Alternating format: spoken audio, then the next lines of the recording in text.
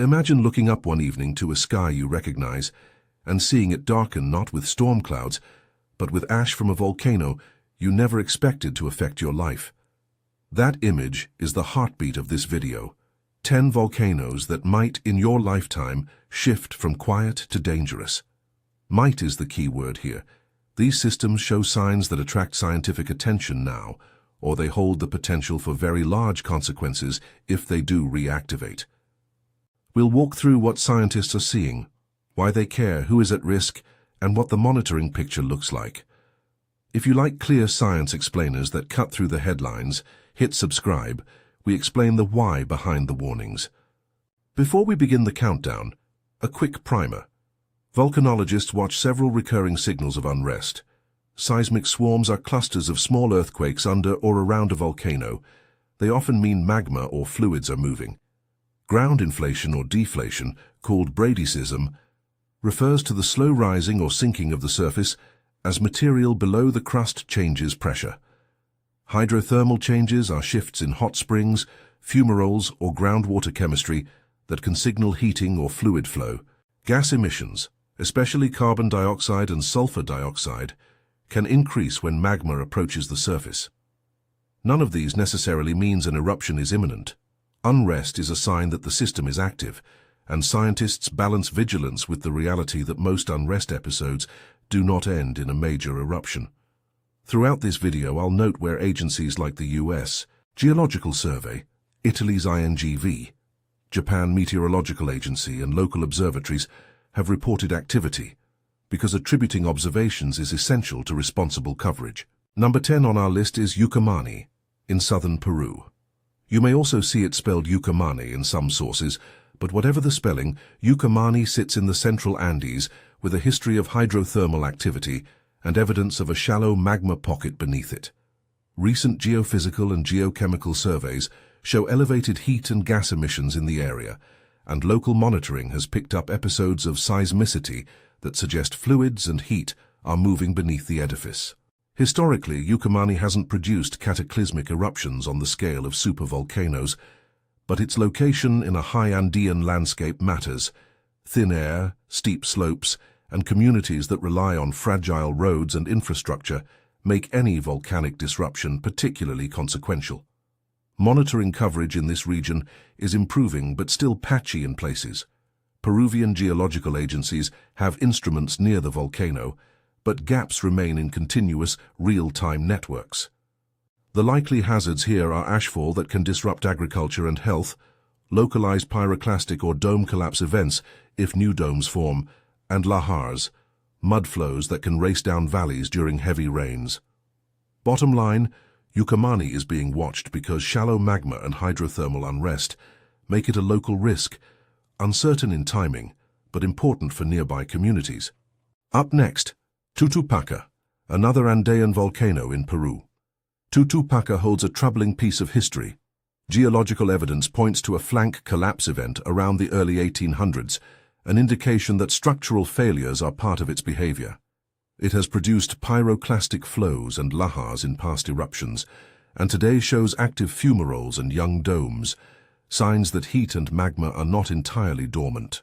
Monitoring is limited compared to high-profile global volcanoes, so scientists caution that small changes can have outsized local impacts. If Tutupaca were to reactivate strongly, the most dangerous outcomes would be fast-moving pyroclastic density currents, superheated avalanches of gas and rock, and lahars that can inundate river valleys, especially during seasonal rains. Studies and field observations suggest the potential for destructiveness near populated valleys. The uncertainty is high, and the takeaway is terse. Tutupaca's history of flank collapse and current fumarolic activity make it a volcano to watch for local hazard scenarios. Number 8 is Tixani, often spelled Tixani in different reports. This volcano's long-term story includes colossal collapses during the Pleistocene and Holocene, events that reshaped whole landscapes and left massive deposits. More recently, between about 2014 and 2017, seismologists recorded notable swarms of earthquakes and hydrothermal episodes in the area, indicating renewed crustal movement and fluid circulation. Communities live within roughly 15 kilometers of the volcanic complex, placing people within reach of energetic hazards should dome growth or collapse occur. The primary risks here are dome collapse events that generate pyroclastic flows. Those are fast, hot, and deadly, and lahars that can travel far down drainage networks. Monitoring has improved since the mid-2010s, but the system's history of large structural failures, combined with episodic unrest, is a reminder that a volcano's past behavior is a leading indicator of future hazards. Takeaway: Tiksani's recent seismic swarms and its record of large collapses place it on watch lists for potentially violent localized events. At number 7, we move again into Peru with Ubinas, one of the country's most persistently active volcanoes. The volcano has recorded repeated eruptions over centuries, producing significant ash columns and notable gas emissions. Peruvian authorities and observatories maintain monitoring on Ubinas because it is a consistent source of activity. Historical records and modern instrumentation document its tendency to produce explosive events that loft ash into the atmosphere and shower nearby towns. About 12 kilometers is often cited as a critical radius for communities at risk from heavy ashfall and gas exposure, and residents in the surrounding valleys have experienced disruptions to agriculture, water systems, and health during past episodes. The instrumentation around Ubinas is better than in many remote Andean systems, which helps scientists issue warnings and manage evacuations, but the volcano's frequent activity means communities live with repeated stress and recurring hazards. Most likely hazards are ashfall, volcanic gas that can affect crops and respiration, and local pyroclastic activity during stronger explosions. Takeaway: Ubinas is actively eruptive on human timescales. That history plus a living monitoring program keeps it on the list. Number 6 is Cerro Blanco in Argentina. Geological studies estimate that around 4,200 years ago, Cerro Blanco produced one of the largest Holocene eruptions, blanketing regions with ignimbrite and reshaping the landscape. In more recent decades, scientists have identified geothermal signals and subtle ground deformation, periods of subsidence and inflation that suggest the system is still reorganizing beneath the surface. Cerro Blanco's instrument network was relatively sparse until recently, meaning that our understanding has improved largely through field studies and remote sensing.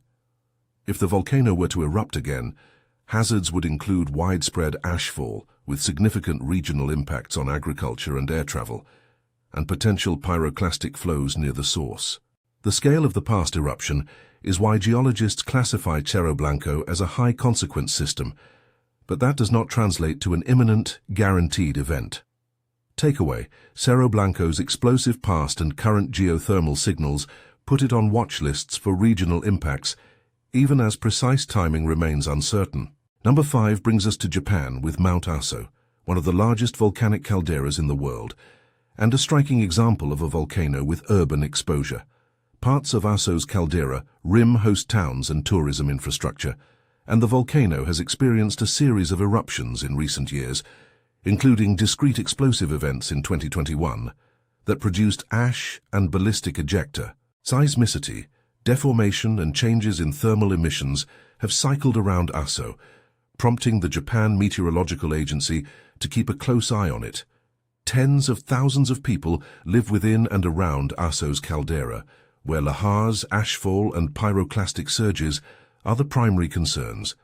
Japan's monitoring is robust compared to many regions, with real-time seismic networks and gas measurements, but the hazard remains very real for local populations and infrastructure. Takeaway: Aso's frequent activity, coupled with settlement around the caldera, makes it a volcano where routine unrest can quickly translate into local emergencies. Number 4 is Ira, and the active cone of Sakurajima, sitting very close to Kagoshima City in southern Japan. Sakurajima has been erupting almost continuously since 1955, producing persistent ashfall and occasional larger explosions that hurl ballistic blocks and generate pyroclastic flows. What makes Sakurajima particularly noteworthy is proximity. The city of Kagoshima is a short distance away, and urban populations routinely deal with ash accumulation, roof loads, and contamination of water supplies. The Japan Meteorological Agency lists Sakurajima as a decade volcano, a designation for volcanoes worthy of special study because they are both dangerous and close to large populations. Monitoring here is intensive, with detailed seismic gas and deformation observations, which allows for regular alerting during escalations. Likely hazards run the gamut from ash and ballistic hazards near the vent to pyroclastic density currents and lahars depending on eruption style. Takeaway: Sakurajima's steady activity and its urban neighbor make it an ongoing source of local hazard with strong monitoring. Number 3 takes us to New Zealand and the Taupo volcanic zone, anchored by Lake Taupo itself. Taupo has produced some of the largest eruptions in recent geological history. The Oroanui eruption, for example, reshaped large parts of the landscape and deposited massive ignimbrites. More recently, scientists have recorded episodes of seismicity and ground deformation in the region, including periods of unrest recorded in 2019 and 2022. New Zealand's geoscience agencies monitor the area carefully, and studies also document the large reservoirs of partially molten material at depth that make Taupo a high-consequence system. Even so, the very largest eruptions are exceedingly rare in human terms. The hazard profile for our lifetimes is more plausibly focused on smaller but still dangerous hydrothermal explosions, ash-producing eruptions, and localized pyroclastic activity. Coastal areas around Lake Taupo have also experienced small tsunamis tied to internal unrest in the past, meaning that water bodies can transmit hazards in unexpected ways. Takeaway: Taupo's enormous eruption history and occasional modern unrest make it a system to respect. Low probability but potentially very high consequence if a large event were to occur. Now the stakes increase as we reach number 2, Campi Flegrei, the Phlegraean Fields just west of Naples, Italy. This is an urban supervolcano in the sense that it's a large caldera under a heavily populated region. Scientists and Italian authorities have watched Campi Flegrei closely because it has shown episodes of intense bradycism, ground uplift, and seismic activity, most recently marked by measurable uplift and increased seismicity that drew attention in 2023. INGV and other Italian institutions monitor the area with dense networks, but the combination of a highly populated setting and a system capable of producing explosive eruptions makes Campi Flegrei uniquely consequential. Depending on eruption size, hazards could range from local pyroclastic flows and extensive ashfall to significant disruptions across the region. Importantly, scientists stress that uplift and seismicity are signals of unrest, not a timetable. Two of the main challenges are distinguishing between magmatic-driven uplift and uplift driven by hydrothermal or tectonic processes, and communicating uncertainty effectively to civil authorities and the public. Tens to hundreds of thousands of people live inside high-risk zones defined by authorities, and that exposure is why Campi Flegrei appears so high on this list. The combination of measurable unrest plus large urban populations raises the stakes.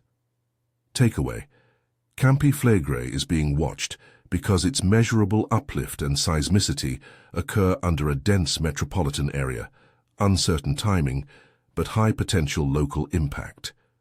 Which brings us to number 1 on the list, Yellowstone in the United States.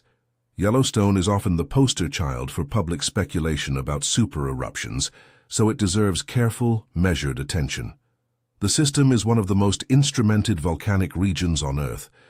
Geophysical surveys and monitoring networks report complex magma and hydrothermal zones beneath the park. Recent geophysical studies have suggested that the partially molten material underneath Yellowstone may be larger and distributed deeper than previously thought, with some estimates suggesting on the order of hundreds of cubic kilometers of partially molten rock. Figures around 300 cubic kilometers have appeared in scientific discussions.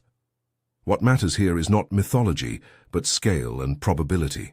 Super eruptions like the ones that shaped parts of Yellowstone's history are extremely rare on human timescales, and most modern scientific work emphasizes smaller, more likely hazards. Hydrothermal explosions, localized eruptions, lava flows in nearby volcanic fields, and earthquake swarms.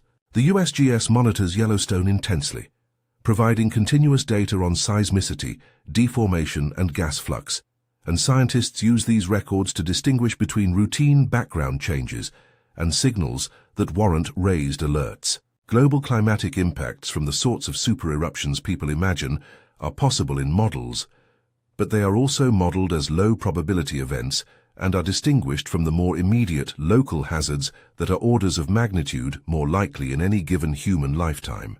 Takeaway: Yellowstone's size and the volume of partially molten material make it scientifically important and intensely monitored, but the most likely hazards in your lifetime are local and moderate rather than planet-endangering supereruptions.